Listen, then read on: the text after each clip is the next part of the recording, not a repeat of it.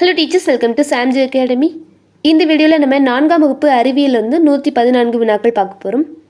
First and செகண்டுக்கு EVS அப்படிங்கிற பேர்களில் புக்ஸ் இருக்கும். ஸோ ஃபஸ்ட் அண்ட் செகண்ட் இவிஎஸ்லேருந்து நம்ம 100 கேள்விகள் பார்த்துருக்குறோம் தனித்தனியாக. அண்ட் தேர்ட் ஸ்டாண்டர்டில் அறிவியலில் நம்ம 100 கேள்விகள் பார்த்துருப்போம். இப்போ நம்ம 4th ஸ்டாண்டர்ட் சயின்ஸ் பார்க்க போகிறோம், ஓகேவா? அண்ட் அதுக்கு முன்னாடி நம்மகிட்ட 1 to 5th standard Tamil and இங்கிலீஷ்க்கு புக்ஸ் அண்ட் பிடிஎஃப்ஸ் அவைலபிளாக இருக்குது. தமிழுக்கு ஒரு புக்கு, இங்கிலீஷ்க்கு ஒரு புக் இருக்குது. ஈச் 300. அண்ட் ப்ராக்டிஸ்க்கு கொஸ்டின்ஸ் நம்ம பிடிஎஃபாக கொடுக்குறோம். 1 to 5th தமிழுக்கு 600 MCQs, 1 to 5th இங்கிலீஷ்க்கு 400 MCQs, டோட்டலாக 1000 MCQs. இதோட ரேட் 400. அண்ட் இந்த புக்ஸ் அண்ட் பிடிஎஃப்ஸ் உங்களுக்கு ஏதாச்சும் வேணும் அப்படின்னா நம்மளுடைய வாட்ஸ்அப் நம்பர் 9894583768 நீங்கள் வாட்ஸ்அப் பண்ணலாம். ஸோ நீங்கள் பேமெண்ட் பண்ண உடனே உங்களுக்கு பிடிஎஃப் உடனே சென்ட் பண்ணிடுவாங்க. அண்ட் அன்னைக்கு ஈவினிங்கே உங்களுக்கு புக்ஸ் கொரியர் பண்ணிடுவாங்க. வித்தின் 1 or 2 டேஸில் நீங்கள் ரிசீவ் பண்ணிக்கலாம். ஸோ இப்போ நம்ம 4ஆம் வகுப்பு அறிவியல் கேள்விகள் பார்க்கலாம்.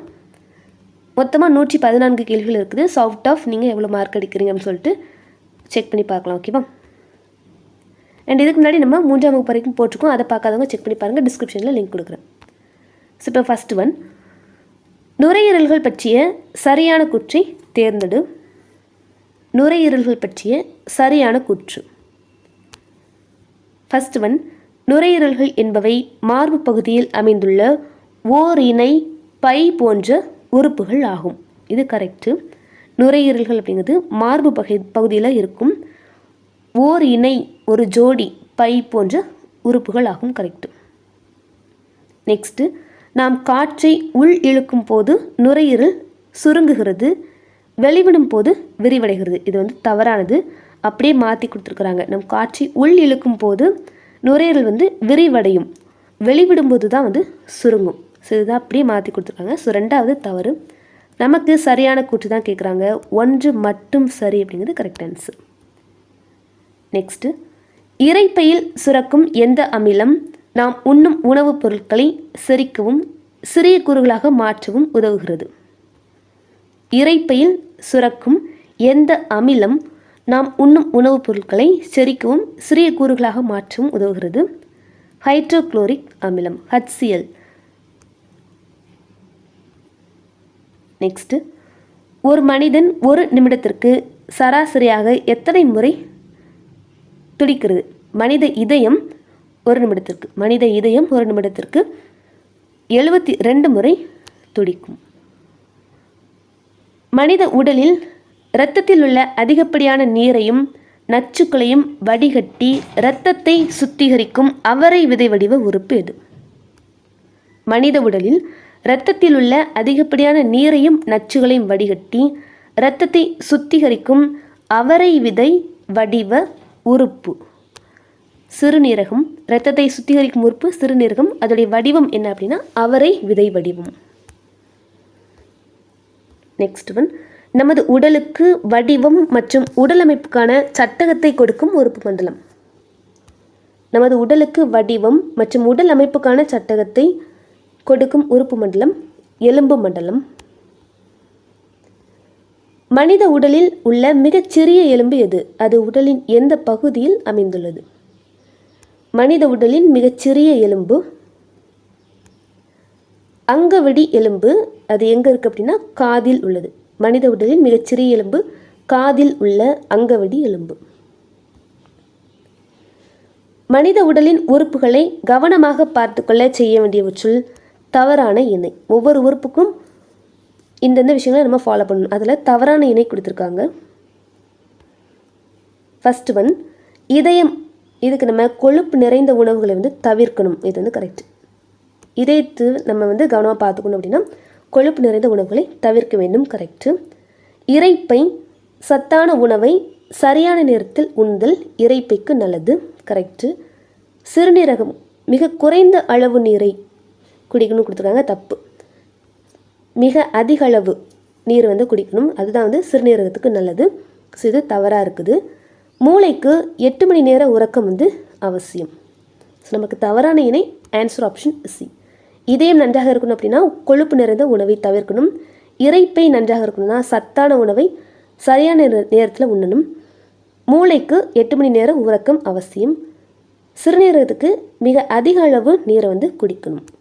குறைந்த அளவு அப்படிங்கிறது தவறு. நெக்ஸ்ட்டு பற்கள் பற்றிய பின்வரும் கூற்றுகளை ஆராய்க. மனித உடலில் காணப்படும் மிக கடுமையான பகுதி பற்கள் ஆகும்.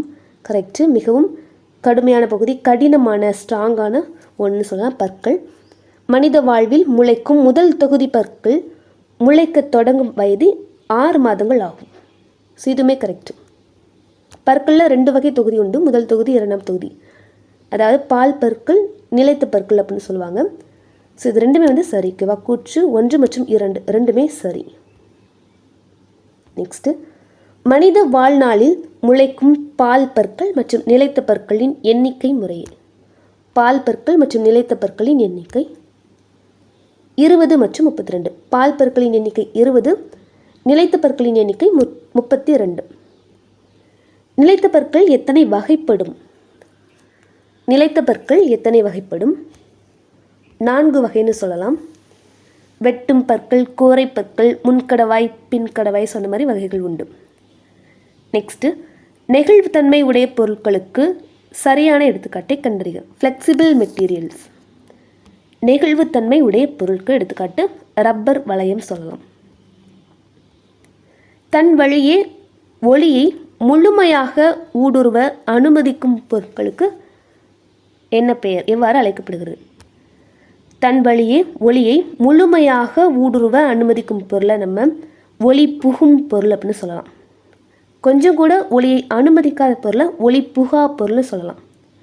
சிறிதளவு மட்டுமே ஒளியை அனுமதிக்கும் பொருளை ஒளி கசியும் பொருள்னு சொல்லலாம். ஓகேவா? தன் வழியே முழுமையாக ஒளியை ஊடுருவ அனுமதிக்கும் பொருள், ஃபுல் அண்ட் ஃபுல் அலோவ் பண்ணிச்சு அப்படின்னா அது ஒளி புகும் பொருள். கொஞ்சம் கூட அலோவ் பண்ணல அப்படின்னா அது ஒளி புகா பொருள். சிறிதளவு மட்டும் அலோவ் பண்ணிச்சு அப்படின்னா அது ஒளி கசிவும் பொருள். நெக்ஸ்ட்டு பின்வருவனவற்றில் ஒளி புகா பொருளுக்கு எடுத்துக்காட்டு. ஒளி புகா பொருளுக்கு எடுத்துக்காட்டு மரப்பலகை. நெக்ஸ்ட்டு பின்வரும் கூற்றுகளை ஆராய்க. கூற்று 1, ஒரு பொருளின் மீது விசை செயல்பட்டு அப்பொருள் நகரும் செயல் வேலை எனப்படுகிறது. கரெக்டு தான். ஒரு பொருளின் மீது விசை செயல்பட்டு அப்பொருள் நகரும் அந்த செயலுக்கு தான் வேலை அப்படின்னு சொல்லிட்டு பேர். வேலை செய்வதற்கான திறனை ஆற்றல் என்கிறோம். இதுவும் கரெக்டு. ஸோ கூற்று 1 மற்றும் 2 இரண்டும் சரி. நெக்ஸ்ட் ஒன், எளிய இயந்திரங்கள் பற்றிய கொள்கையை கிமு 3ஆம் நூற்றாண்டில் எடுத்துரைத்த கிரேக்க தத்துவ ஞானி யார்? எளிய இயந்திரங்கள் பற்றிய கொள்கையை கிமு 3ஆம் நூற்றாண்டில் எடுத்துரைத்த கிரேக்க தத்துவ ஞானி ஆர்க்கிமிடிஸ். பளுவானது திறன் மற்றும் ஆதார புள்ளிக்கு இடையில் அமையுமானால் அது எந்த வகை நெம்புகோல்? ஸோ நெம்புகோலில் சில வகைகள் உண்டு. ஸோ அதில் இந்த 3 உண்டு. பளு, திறன், ஆதாரப்புள்ளி. இது 3ம் அமையக்கூடிய இடங்களை பொறுத்து அந்த வகைகள் மாறுபடும். இந்த கொஸ்டின் என்ன கேட்குறாங்க அப்படின்னா, பளு அப்படிங்கிறது நடுவில் இருக்குது. பளுவானது திறன் மற்றும் ஆதாரப்புள்ளிக்கு இடையில் அமைந்தால் அந்த நெம்புகோல் வகைக்கு 2ஆம் வகை நெம்புகோல்னு சொல்லலாம். ஓகேவா? ஸோ பளு அப்படின்னு சொல்லிட்டு எடுத்துக்கிட்டோம்னா இதில் 2 எழுத்து தான் இருக்கு இல்லையா? பளு. ஸோ 2 எழுத்து இருக்குது. அது நடுவில் வந்தால் அது 2ஆம் வகை நெம்புகோல். இது திறன் அப்படிங்கிறது நடுவில் வந்துச்சு அப்படின்னா, திறனானது பளு மற்றும் ஆதாரப்புள்ளிக்கு நடுவில் வந்துச்சு அப்படின்னா அதை நம்ம 3ஆம் வகைன்னு சொல்லலாம். திறனில் 3 எழுத்து இருக்குது பார்த்துக்கோங்க. ஸோ அதை வச்சு ஞாபகம் வச்சுக்கலாம். ஓகேவா? பளு நடுவில் வந்தால் அது 2ஆம் வகை நெம்புகோல். பளுவில் 2 எழுத்து இருக்குது. திறனில் 3 எழுத்து இருக்குது. ஸோ திறன் நடுவில் வச்சு அப்படின்னா அது 3ஆம் வகை நெம்புகோலுக்கு எடுத்துக்காட்டு. ஸோ இன்னும் ஒரு ஹிண்ட்ஸ் மாதிரி ஞாபகம் வச்சுக்கோங்க. ஓகேவா?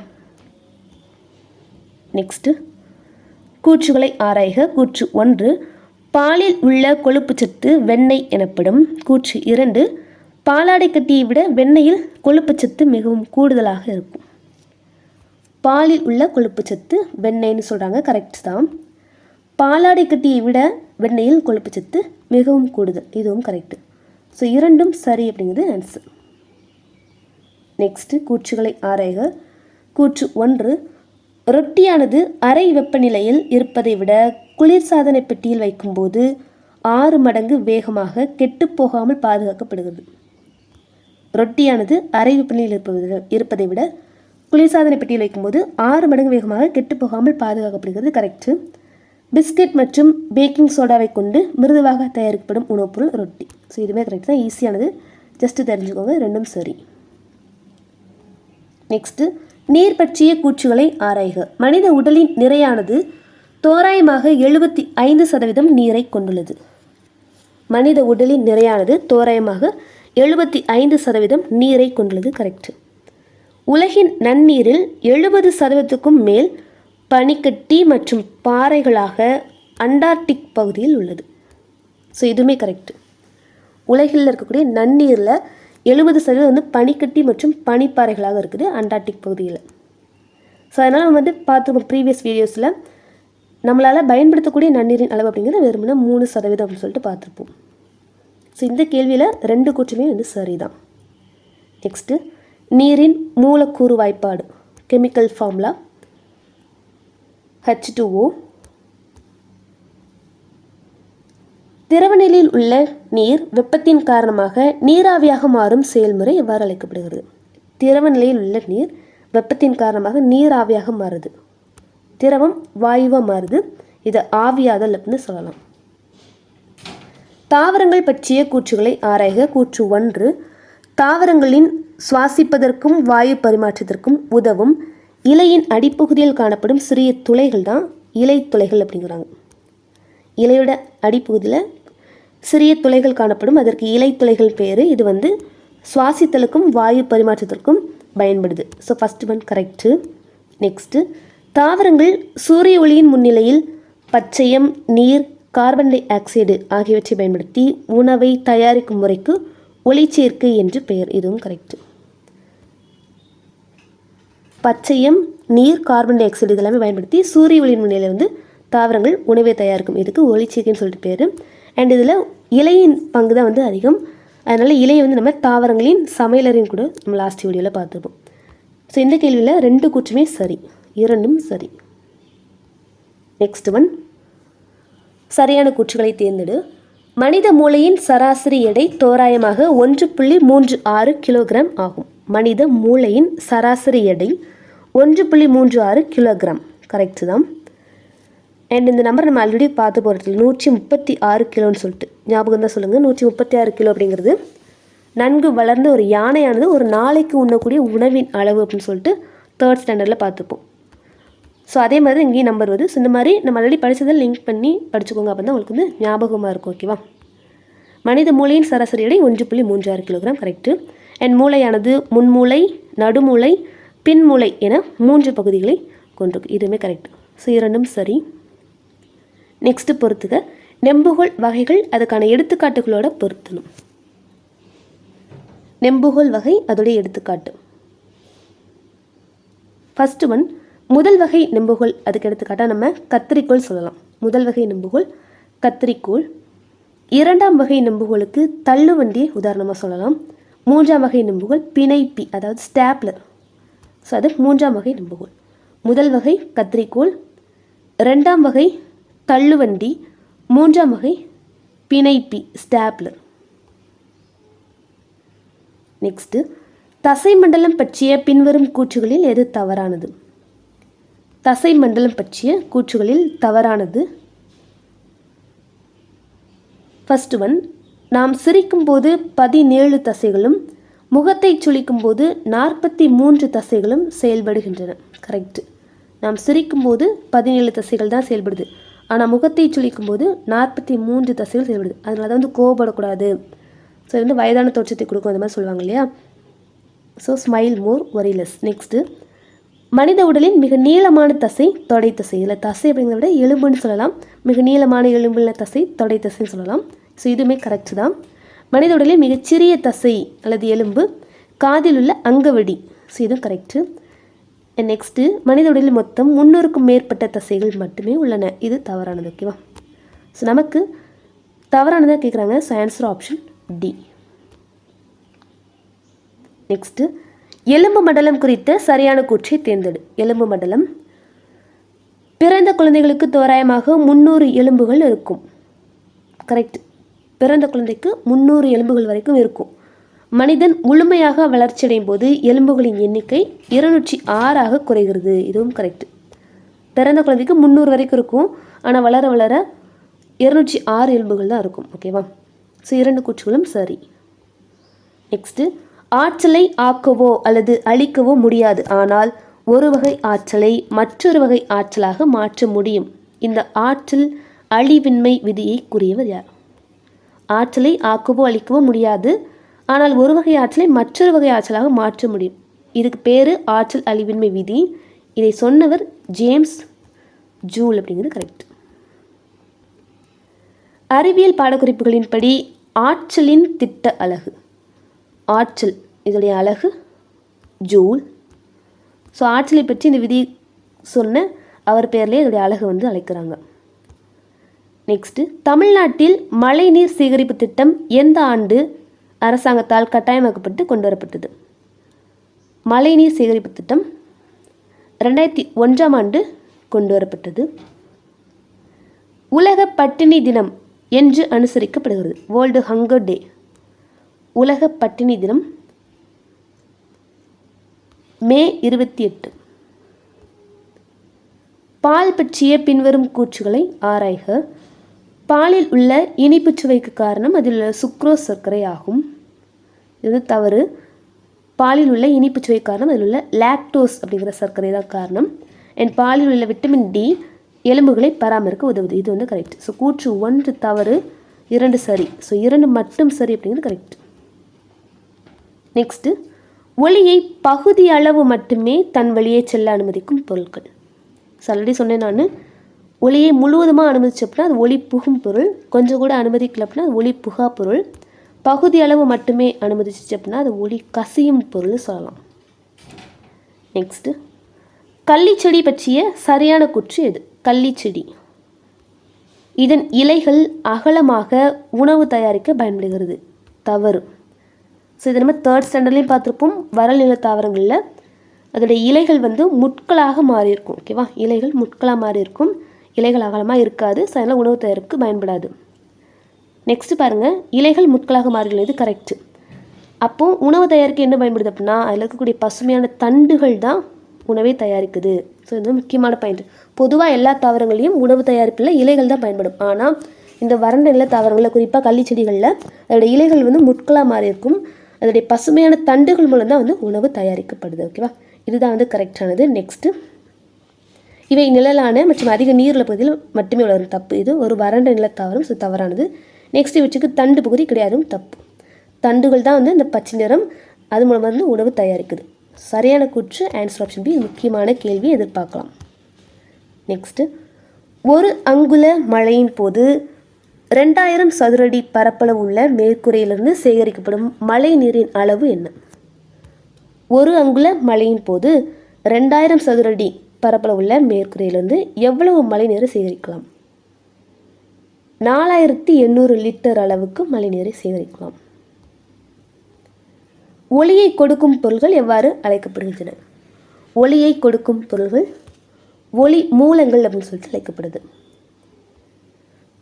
சூரிய ஒளி ஒளிரும் பொருளின் மீது விழுந்து அது ஊடுருவி செல்லாமல் ஒளியானது பளபளப்பான பரப்பில் பட்டு திரும்பி அனுப்பப்படுவதை நம்ம எவ்வாறு அழைக்கிறோம்?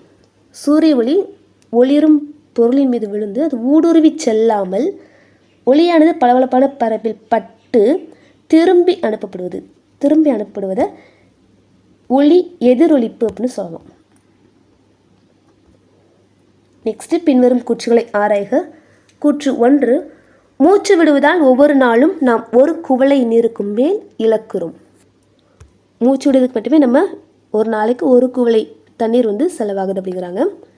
நெக்ஸ்ட்டு, கூற்று 2 கரெக்டு தான். ஃபஸ்ட் ஓகேவா? கூற்று 2, மனித மூளை அதன் எடையில் 73% நீரை கொண்டுள்ளது. இதுவும் கரெக்ட். ஸோ 2 கூற்றுகளும் சரி. வெப்பநிலை 0 டிகிரி செல்சியஸுக்கு கீழே குறையும் போது நீரானது பனிக்கட்டியாக மாறுகிறது. இம்முறைக்கு என்ன பெயர்? வெப்பநிலையானது 0 டிகிரி செல்சியஸுக்கு கீழே குறையும் போது நீரானது பனிக்கட்டியாக மாறுது. இம்முறைக்கு உறைதல் என்று பெயர். நீராவி குளிர்வடைந்து மீண்டும் நீராக மாறும் செயல்முறை சுருங்குதல். இது 3லேயுமே நம்ம பார்த்துருப்போம். மழைநீர் சேகரிப்பு அமைப்பானது முதலில் எந்த இந்திய மாநிலத்தால் கட்டாயமாக்கப்பட்டது? மழைநீர் சேகரிப்பு அப்படிங்கிற திட்டம் இல்லைன்னா அமைப்பு அப்படிங்கிறது இந்தியாவிலேயே முதலாக நம்மளுடைய தமிழ்நாட்டில் தான் வந்து கட்டாயமாக்கப்பட்டிருக்கும்.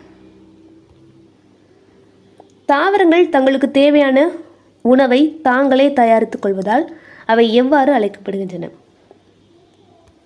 தாவரங்கள் தங்களுக்கு தேவையான உணவை தாங்களே தயாரித்துக் கொள்வதால் அவை முதன்மை உற்பத்தியாளர்கள் சொல்லிட்டு அழைக்கப்படுது. மனித இதயம் மற்றும் அதன் உடல் அமைப்பு குறித்த பின்வரும் கூற்றுகளில் எது தவறானது? மனித இதயம் மற்றும் அதன் அமைப்பில் தவறான கூற்று எது? ஃபர்ஸ்ட் ஒன், இதயம் அப்படிங்கிறது ஒரு தசை பொருளால் ஆனது. அதுவும் குறிப்பாக சொல்லணும் அப்படின்னா இதய தசைகளால் ஆனது. ஸோ இதயத்துக்குன்னு ஒரு ஸ்பெஷலாக அந்த தசை வந்து இருக்கும். நம்மளுடைய கைகள்லேயோ முகங்கள்லேயோ இருக்கக்கூடிய தசை கிடையாது. இதயத்துக்குன்னு இருக்கக்கூடிய தசை அதை இதய தசைன்னு கூட சொல்லுவாங்க. ஸோ தசை பொருளால் ஆனது. நமது இதயம் ஒரு நிமிடம் சராசரியாக 72 முறை துடிக்கிறது. இதுவும் கரெக்டு. இதயம் என்பது ஒரு இரத்தம் இறைக்கும் உறுப்பு ஆகும். இதயம் என்பது ஒரு இரத்தம் இறைக்கும் உறுப்பு. ஸோ இதுவுமே கரெக்டு. இதயம் மார்பின் வலது பக்கத்தில் 2 நுரையீரல்களுக்கு இடையில் அமைந்துள்ளது. ஓகேவா? ஸோ இது வலது கிடையாது, இடது பக்கம். இதயமானது மார்பின் இடது பக்கத்தில் 2 நுரையீரல்களுக்கு இடையில் அமைந்திருக்கும். ஸோ இது வந்து தவறான கூற்று. Answer option D. Next one, ஒளியின் ஊடுருவல் பண்புகளின் அடிப்படையில் பின்வரும் கூற்றுகளை ஆராய்க. ஒளியின் ஊடுருவல் பண்புகள். கூற்று 1, தன் வழியே ஒளியை சிறிதளவும் கடந்து செல்ல அனுமதிக்காத பொருள். சிறிதளவும் கொஞ்சம் கூட அனுமதிக்காத பொருள் ஒளி புகா பொருள். கரெக்டு. கூற்று 2, எண்ணெயில் நனைக்கப்பட்ட காகிதம், பனி மற்றும் தாவர எண்ணெய் போன்றவை ஒளி புகும் பொருளுக்கு எடுத்துக்காட்டு கொடுத்துருக்காங்க. தப்பு. ஃபர்ஸ்ட் ஒன் வந்து சிறிதளவும் கடந்து செல்ல அனுமதிக்காத ஒளி புகா பொருள். கரெக்டு. பட் இது வந்து எண்ணெயில் நனைக்கப்பட்ட காகிதம், பனி, தாவர எண்ணெய் இதெல்லாமே ஒளி புகும் பொருளும் கொடுத்துருக்காங்க. தப்பு. ஸோ வந்து ஒளி கசியும் பொருளுக்கு எடுத்துக்காட்டுன்னு சொல்லலாம். ஸோ கூற்று 1 மட்டும் சரி அப்படிங்கிறது கரெக்ட் ஆன்சர். நெக்ஸ்ட்டு, சரியான கூற்றை தேர்ந்தெடு. ஆதார புள்ளிக்கும் பளுவிற்கும் இடையில் திறன் அமையுமானால் அது 3ஆம் வகை நம்புகோல். ஆல்ரெடி சொன்னேன், திறன் அப்படிங்கிறது நடுவில் வந்துச்சு அப்படின்னா அது 3ஆம் வகை நம்புகோல். ஓகேவா? திறனில் 3 எழுத்து இருக்கு இல்லையா? ஸோ அது நடுவில் வச்சு அப்படின்னா அது நம்ம 3ஆம் வகை நம்புகோல்னு சொல்லலாம். கரெக்டு. நெக்ஸ்ட்டு, ஆதார புள்ளிக்கும் திறனுக்கும் இடையில் பளு அமையுமானின் அது 2ஆம் வகை நம்புகோல். இதுவும் கரெக்டு. பளுவில் 2 எழுத்து இருக்கும். ஸோ அது வந்து நடுவில் வச்சு அப்படின்னா அது 2ஆம் வகை நம்புகோல். இதுவும் கரெக்டு. ஸோ ரெண்டுமே சரி. Answer option C. Next one, சரியான கூற்றை தேர்ந்தெடு. ஃபஸ்ட்டு, ஒளியை நன்றாக பிரதிபலிக்கும் பொருட்கள் பளபளப்பான பொருட்கள் எனப்படும். கரெக்டு. ஒளியை நன்றாக பிரதிபலிக்காத பொருட்கள் மங்கலான பொருட்கள் எனப்படும். நன்றாக பிரதிபலிக்கும் பொருள் பளபளப்பான பொருள், பிரதிபலிக்காத பொருள் மங்கலான பொருள். ரெண்டுமே கரெக்டு. நெக்ஸ்ட் பொறுத்துக, உறுப்புகளின் இருப்பிடம் மற்றும் வடிவம். ஸோ இது முக்கியமானது. இரைப்பை அப்படிங்கிறது ஜே வடிவ பைன்னு சொல்லலாம். இரைப்பை அப்படிங்கிறது ஜே வடிவ பை. இதயம் 2 நுரையீரல்களுக்கு இடைப்பட்ட பகுதியில் அமைந்திருக்கும். நுரையீரல் அப்படிங்கிறது மார்பு பகுதியில் உள்ள ஓர் இணை பை போன்ற உறுப்பு. இரைப்பை ஜே வடிவ பை. இதயம் 2 நுரையீரல்களுக்கு இடைப்பட்ட பகுதி. நுரையீரல் மார்பு பகுதியில் உள்ள ஓர் இணைப்பை. So answer option A. Next, கீழ்கண்டவற்றில் பச்சையம் அற்ற பிற சார்பு தாவரத்திற்கு எடுத்துக்காட்டு. பச்சையம் அற்றனாலே அதனால் வந்து உணவு தயாரிக்க முடியாது. ஸோ பிற தாவரங்களை தான் சார்ந்திருக்கணும். அதனால் அது பிற சார்பு தான் இல்லையா? ஏன்னா தாவரங்கள் பச்சையத்தை யூஸ் பண்ணி தான் வந்து தங்களுக்கான உணவு வந்து தயாரிக்குது. ஸோ பச்சை இல்லை அப்படின்னா அதில் உணவு தயாரிக்க முடியாது. அது பிற சார்பு தாவரம். அதுக்கு எடுத்துக்காட்டு என்ன அப்படின்னா ரொட்டி காளான். மலரின் மையப்பகுதியில் காணப்படும் அதன் பெண் இனப்பெருக்க பாகம் எது? மலரின் மையப்பகுதியில் காணப்படும் அதன் பெண் இனப்பெருக்க பாகம் சூலகம். டிசம்பர் பூ, செண்பகப்பூ மற்றும் சம்பங்கி ஆகியவை எந்த பருவ காலத்தில் பூக்கும் மலர்கள்? டிசம்பர் பூ, செண்பகப்பூ மற்றும் சம்பங்கி இதெல்லாமே குளிர்காலத்தில் பூக்கும் மலர்கள்னு சொல்லலாம். குரோட்டென்ஸ், விசிறி வாழை மற்றும் படகு அல்லி ஆகியவை எவ்வகை தாவரங்களுக்கு எடுத்துக்காட்டு? குரோட்டென்ஸ், விசிறி வாழை இதெல்லாமே அயல் தாவரங்களில் அப்படின்னா அழகு தாவரங்கள்னு சொல்லலாம். பார்த்தீனியம் எனப்படும் கலைச்செடியின் எந்த பகுதி மனிதர்களுக்கு இயற்கையிலேயே ஒவ்வாமையை ஏற்படுத்துகிறது? இது முக்கியமான கொஸ்டின். பார்த்தீனியம் அப்படிங்கிறது ஒரு வகை கலைச்செடி. இதனுடைய மகரந்த துகள்கள் வந்து மனிதர்களுக்கு இயற்கையிலேயே ஒவ்வாமை, அலர்ஜி ஏற்படுத்தக்கூடியது. கழிவு மேலாண்மையின் 4 படிநிலைகளின் சரியான வரிசை கண்டறிக. கழிவு மேலாண்மையில் 4 படிநிலைகள் இருக்குது. அதில் சரியான வரிசை. ஸோ இதுக்கு ஆன்சர் ஆப்ஷன் பி. ஃபஸ்ட்டு, கழிவுகளை பிரிக்கணும். மட்கும் கழிவு, மட்காத கழிவுன்னு சொல்லிட்டு பிரிக்கணும். அதுக்கப்புறமா அதை கலெக்ட் பண்ணணும். சேகரித்தல் மற்றும் எடுத்து செல்லுதல். நெக்ஸ்ட்டு ரீசைக்கிள், மறுசுழற்சி செய்தல் மற்றும் உரமாக்குதல். நெக்ஸ்ட்டு கழிவுகளை அகற்றுதல்.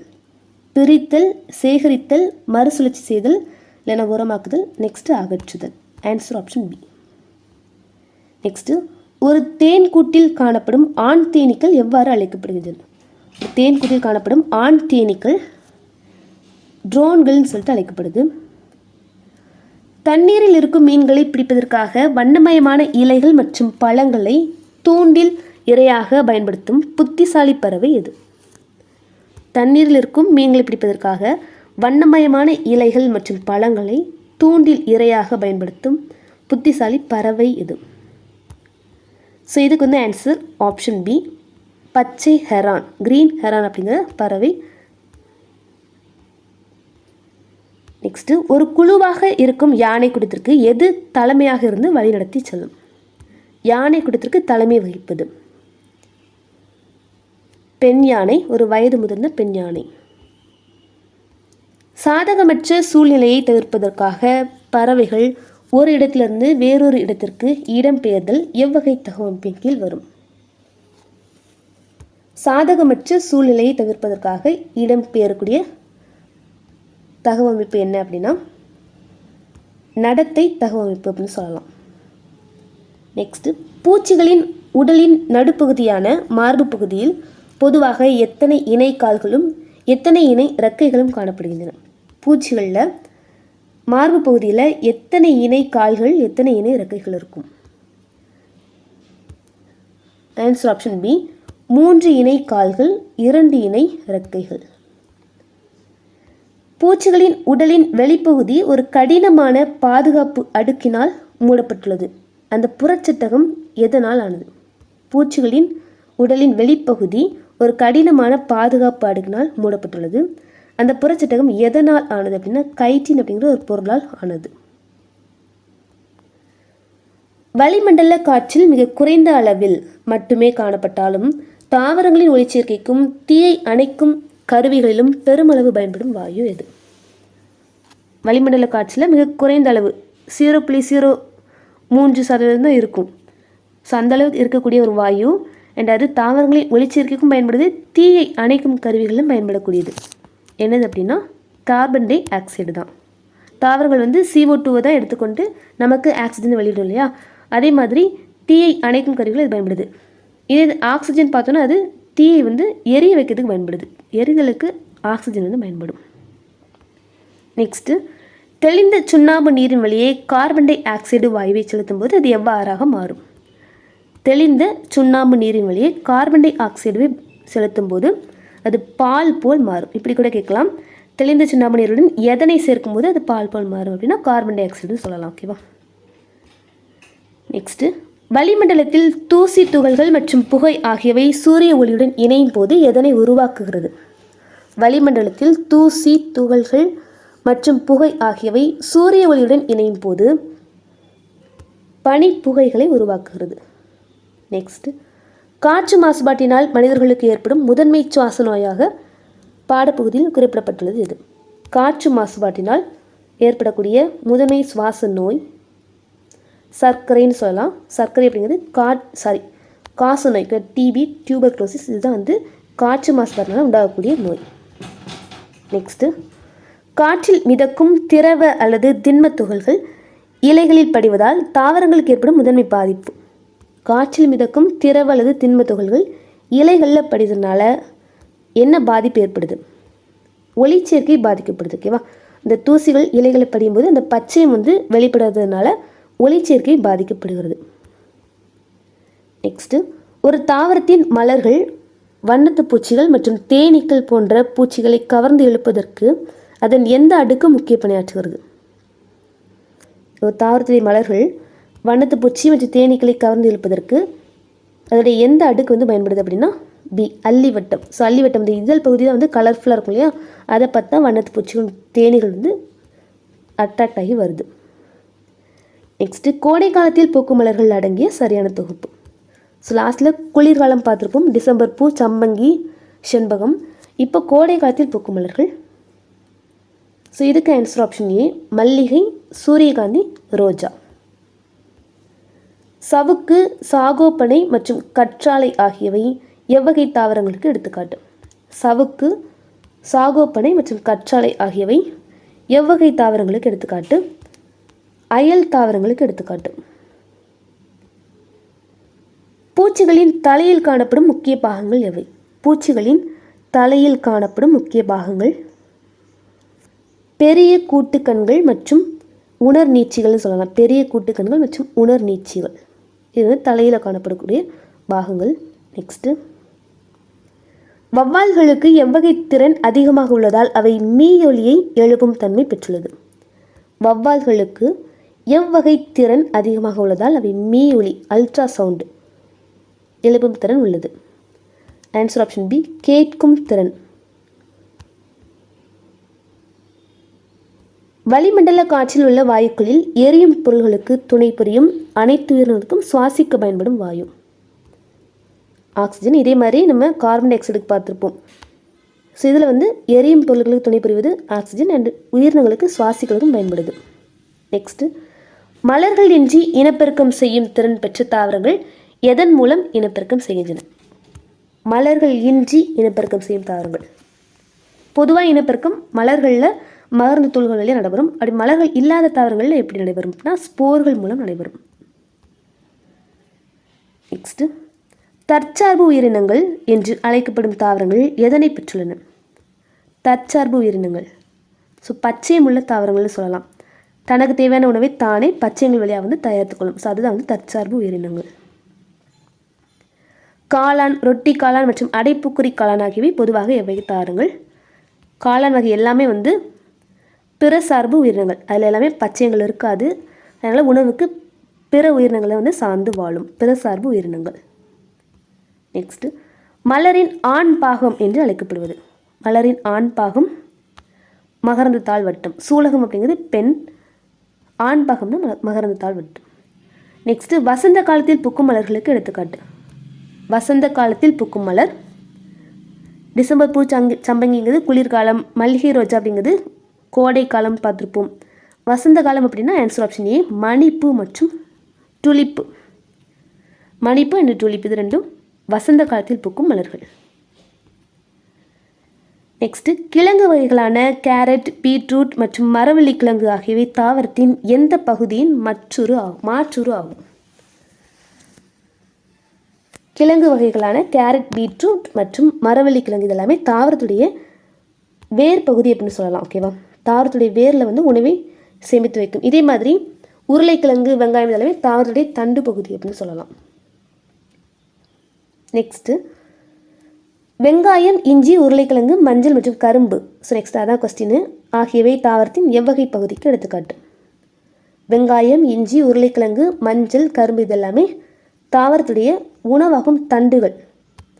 ஸோ மேலே பார்த்தது கேரட்டு, பீட்ரூட்டு, மரவள்ளிக்கிழங்கு இதெல்லாமே வேர், இதெல்லாமே தண்டுகள். ஓகேவா? நெக்ஸ்ட்டு, வீட்டு உபயோக கழிவுகளை முறையாக கையாளுவதற்கு எத்தனை முறைகள் உள்ளன? வீட்டு உபயோக கழிவுகளை முறையாக கையாள்வதற்கு எத்தனை முறைகள் உள்ளன? பி, 3 முறைகள். 3R சொல்லுவோம் இல்லையா? ரெடியூஸ், ரீயூஸ், ரீசைக்கிள்ஸ் அந்த மாதிரி. நெக்ஸ்ட்டு, நுண்ணுயிரிகளால் சிதைக்கப்பட்டு மீண்டும் தாவரங்களுக்கு உணவாக மாறும் கழிவுகள் எவ்வாறு அழைக்கப்படுகின்றன? நுண்ணுயிர்களால் சிதைக்கப்பட்டு மீண்டும் தாவரங்களுக்கு உணவாக மாறும் கழிவுகள் மட்கும் பொருட்கள் என்று அழைக்கப்படுகின்றன. நெக்ஸ்ட்டு, விலங்குகள் காற்றில் மிதக்கும் துகள்களை நுகர்ந்து உணர்வதற்கு தங்களது நாக்கை பயன்படுத்துகின்றன. இதற்கு எடுத்துக்காட்டாக கூறப்படும் விலங்கு. காற்றில் மிதக்கும் துகள்களை நுகர்ந்து உணர்வதற்கு நாக்கை பயன்படுத்தக்கூடிய விலங்கு என்னது? ஸோ இது பாம்புகள்னு சொல்லலாம். நெக்ஸ்ட்டு, வௌவால்கள் தங்கள் பாதையில் உள்ள பொருள்களை தெரிந்து கொள்வதற்கும் இரையை இரையை எளிதில் பிடிப்பதற்கும் பயன்படுத்தும் நுட்பம். வௌவால்கள் தங்கள் பாதையில் உள்ள பொருள்களை தெரிந்து கொள்வதற்கும் இரையை எளிதில் பிடிப்பதற்கும் பயன்படுத்தும் நுட்பம் எதிரொலித்து இடமறிதல் அப்படிங்கிறது.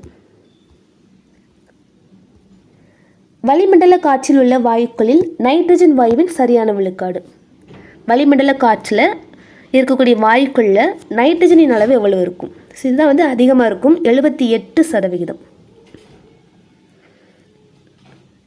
நெக்ஸ்ட்டு, வளிமண்டல காற்றில் உள்ள வாயுக்களில் ஆர்கான் வாயுவின் விழுக்காடு. ஆர்கான் ஸோ மந்த வாயுக்களில் ஒன்று. ஸோ அதோடைய விழுக்காடு பார்த்தோன்னா ஆன்சர் வந்து ஆப்ஷன் பி 0.9. வளிமண்டலத்தில் நைட்ரஜன் வாயுவின் பயன்கள் குறித்த கீழ்கண்ட கூற்றுகளில் எது சரியானது? நைட்ரஜன் வாயுவின் பயன்களில் சரியானது எது?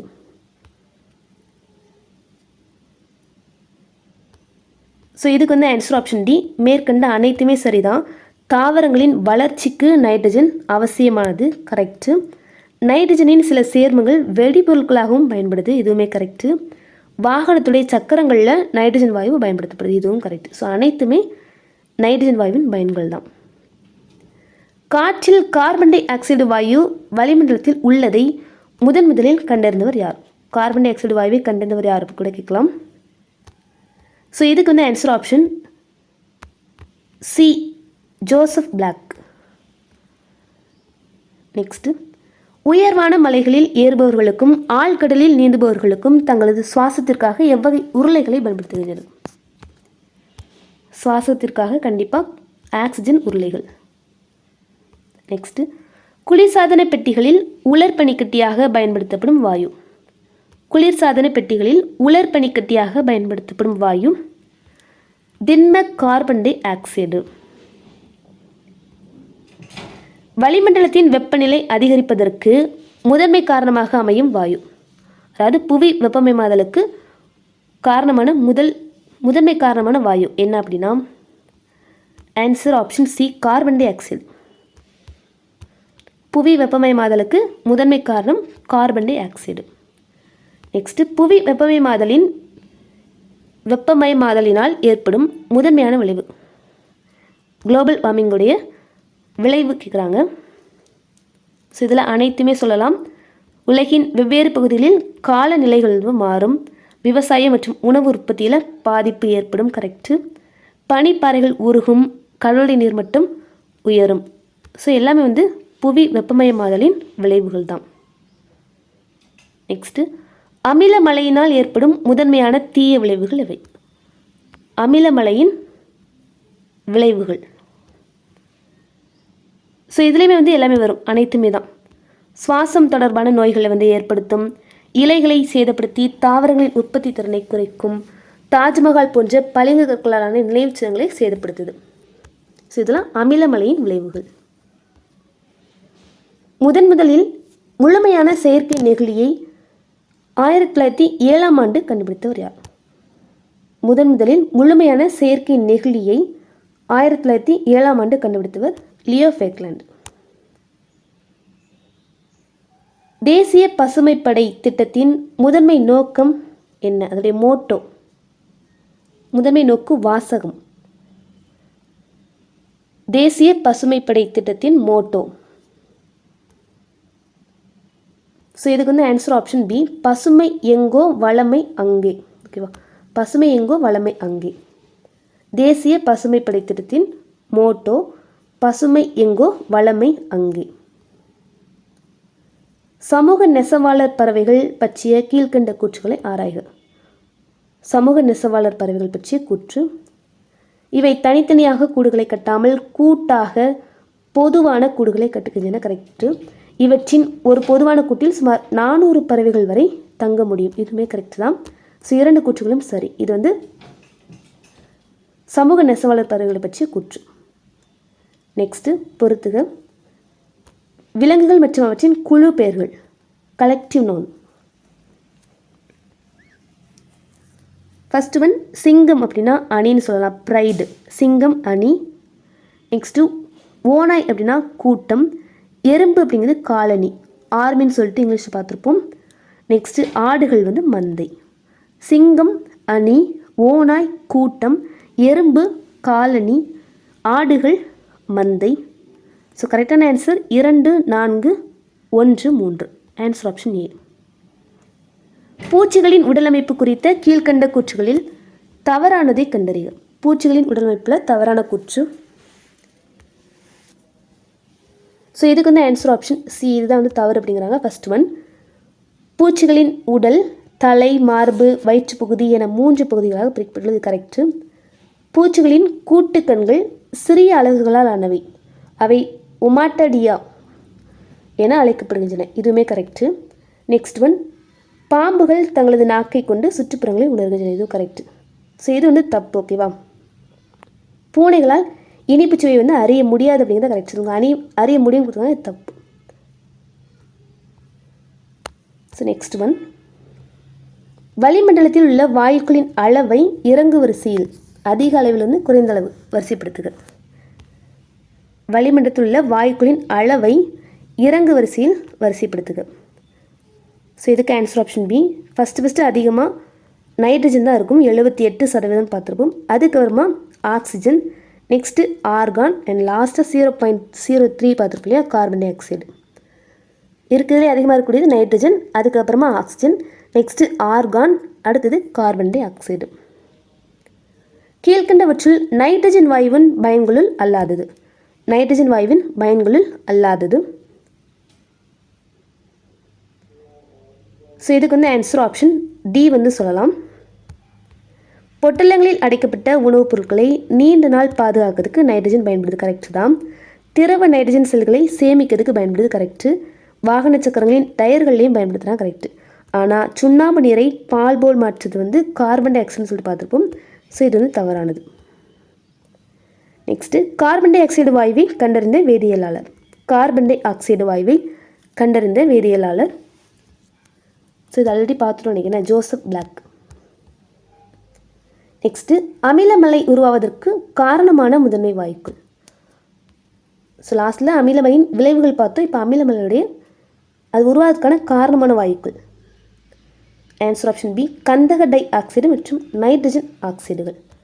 கந்தக டை ஆக்சைடு மற்றும் நைட்ரஜன் ஆக்சைடுகள், இந்த வாயுக்கள் தான் அமிலமலை உருவாக்குறதுக்கு காரணமாகுது.